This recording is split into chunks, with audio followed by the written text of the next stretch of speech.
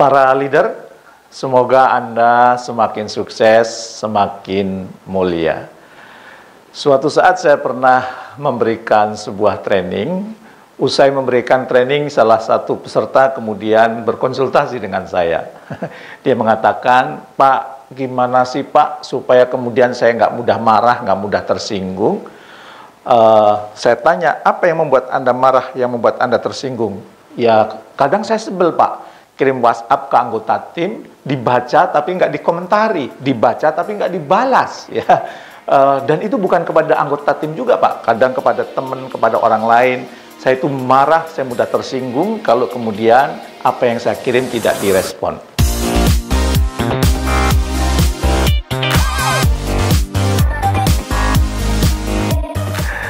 Mendengar cerita ini, mendengar aduan ini, saya teringat dengan seorang pengarang buku yang sangat populer, Richard Carlson, yang menulis buku tentang jangan kemudian ributkan hal-hal yang sepele. Karena ternyata menurut riset beliau, meributkan hal-hal yang sepele itu adalah sumber ketidakbahagiaan seorang pemimpin, sumber emosi yang tidak stabil bagi seorang pemimpin. Maka jangan sampai kemudian sebagai seorang pemimpin Anda terbiasa mempersoalkan hal-hal yang sepele, yang remeh-temeh, yang tidak terlalu prinsip. Anda ingin menjadi perfeksionis. Ternyata perfeksionis itu sumber ketidakbahagiaan. Nah, maka kemudian saya sampaikan kepada orang yang curhat kepada saya itu, kalau Anda ingin kemudian tidak mudah marah, tidak tersinggung, dan kemudian jauh dari kebahagiaan, saran saya sih jangan ributkan hal-hal yang sepele tadi. Ya, gimana caranya? Kalau Anda kemudian menerima sesuatu yang kemudian itu membuat Anda emosi, membuat Anda marah, misalnya Anda di jalan disalib sama orang, itu kan sebenarnya hal yang sepele, tapi untuk beberapa orang itu hal yang besar. Misalnya, atau suatu saat di rumah, istri Anda, anak Anda meletakkan handuk sembarangan kemudian ditinggal pergi. Kadang-kadang bisa membuat keributan seperti itu di rumah. Itu kan hal sepele, ya. Namun kemudian menjadi masalah. Nah, kalau itu kemudian terjadi, nggak usah panik. Anda kemudian perlu berlatih gimana? Berhenti sejenak, ya, tarik napas, ya.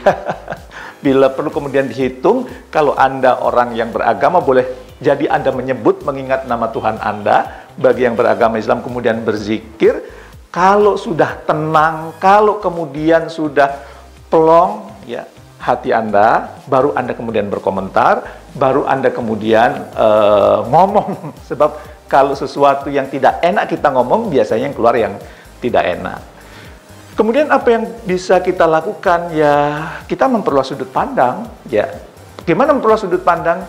Ya, kalau ada orang yang nyalip di jalanan cepat, maka sudut pandang kita perluas. Jangan-jangan memang dia buru-buru, atau sedang membawa istrinya yang mau melahirkan hingga perlu tiba di rumah sakit.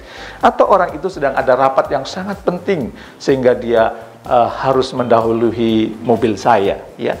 Selalu perluas sudut pandang, dan kemudian setelah sudut pandang Anda ambil, lihat juga Anda dari kacamata orang tersebut. Insya Allah, kalau kemudian hal ini Anda lakukan, Anda akan kemudian plong juga. Tidak kemudian uring-uringan, ya. Dan ternyata menurut Richard Carlson ini, salah satu yang perlu dilatih agar kita juga tidak membesarkan hal-hal yang sepele adalah jangan terbiasa memotong ucapan orang lain.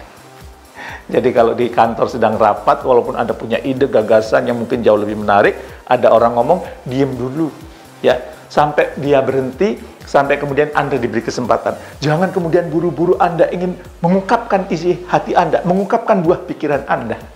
Karena ternyata menurut riset beliau, orang yang terburu-buru memotong pembicaraan orang lain, itu akan membuat dia nanti turunannya adalah mempersoalkan hal-hal yang sepele.